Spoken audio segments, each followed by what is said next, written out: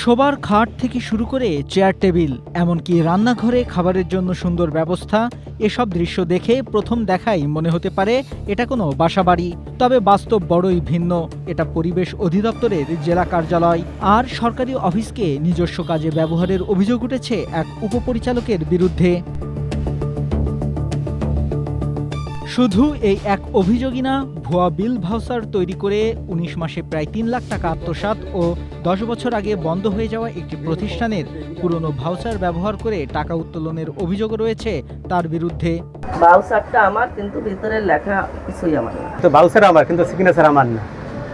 এটা হয়তো দেখা যায় বুয়াজ সিগনেচার করেছে। এছাড়াও ১ বছরে গাড়ির টায়ার পরিবর্তনের নামে একটি দোকানের বিল দেখিয়ে অর্থ উত্তোলনের অভিযোগও উঠেছে। বাস্তবে ওই খাতে কোনো টায়ারই কেনা হয়নি বলে জানান অধিদপ্তরের গাড়ি চালক। আমি তো এখানে আসার পরে একটা টায়ার পাল্টানো হয়েছে। কোন জায়গা থেকে পাঠিয়েছেন? এটা খুলনা থেকে। ওটা তো আমি জানি না, স্যার জানি। ভাউচার কে আনছিল? আমি ওটা জানি না, স্যার সবকে স্যার জানা, আমি কিছু জানি না। আর এসব অভিযোগ উঠেছে বাগেরহাটের পরিবেশ অধিদপ্তরের উপপরিচালক আসাদুর রহমানের বিরুদ্ধে। Data entry operator Saidur Rahman জানান, আসাদুর রহমান তাদের বিল করার কথা বললে তারা সে অনুসারে ভাউচার করে দেন। তবে বিলের সেই ভাউচার কি কাজে ব্যবহার করা হয় তারা তা জানেন না। বিলের বিষয়ে যেটা বলছেন স্যার, আমার এই বিল করার কথা বলে এবং ওই যে ভাউচার ওই অনুসারে বিল করে দিই আমি। তারপরে স্যার সেটা কি করে সেটা আমি ভাউচারগুলো কি আপনি সংগ্রহ করেন না স্যার সংগ্রহ করে দেন? ভাউচারগুলো আগেই সংগ্রহ করা আছে, এখানে ছিল আর কি। ভুয়া বিল ভাউচারের বিষয়ে অভিযুক্ত উপপরিচালক আসাদুর রহমান বলেন, প্রয়োজনের জন্য অনেক সময় আগে থেকে বিল ভাউচার করতে হয়। এসব হিডেন কস্ট। আমাদের কিছু হিডেন কস্ট আছে, আপনাদের বলছি, যেমন ধরেন বিভিন্ন খরচ আছে যেগুলি আমাদের বরাদ্দ থাকে না।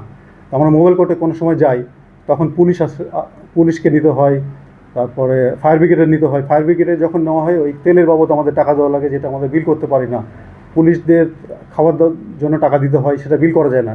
এইসব জায়গাতে তখন সমন্বয় করতে হয় আমাদের। এটা আগে কিছু একটা বাঁচে, সেটা থেকে আমাদের নিজের পকেট থেকে তো আমরা দিতে পারবো না। এভাবে আমাদের সমন্বয় করে ওইগুলো আমাদের বিল পরিশোধ করতে হয়। তাছাড়া অনেক ক্ষেত্রে আমাদের ঊর্ধ্বতন কর্তৃপক্ষ আমাদের এখানে আসে, তাদের আপ্যায়নের একটা বিল আছে। এভাবে আমরা সমন্বয় করে থাকি। এ ব্যাপারে খুলনা বিভাগীয় পরিবেশ অধিদপ্তরের পরিচালক খন্দকার মোহাম্মদ ফজলুল হক জানান, কোনো কর্মকর্তার বিরুদ্ধে সুনির্দিষ্ট কোনো অভিযোগ পাওয়া গেলে তা তদন্ত করে আইনানুগ ব্যবস্থা নেওয়া হবে।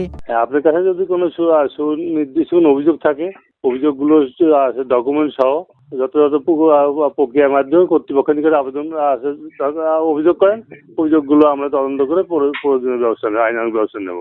এক কর্মকর্তার বিরুদ্ধে এত অভিযোগ উঠলেও বাস্তবে তার বিরুদ্ধে কোনো তদন্ত শুরু হয়নি। তাই দ্রুত অভিযুক্ত ওই কর্মকর্তার বিরুদ্ধে যথাযথ তদন্ত করে তাকে শাস্তির আওতায় আনার দাবি জানান স্থানীয়রা। Desk report, Asia post.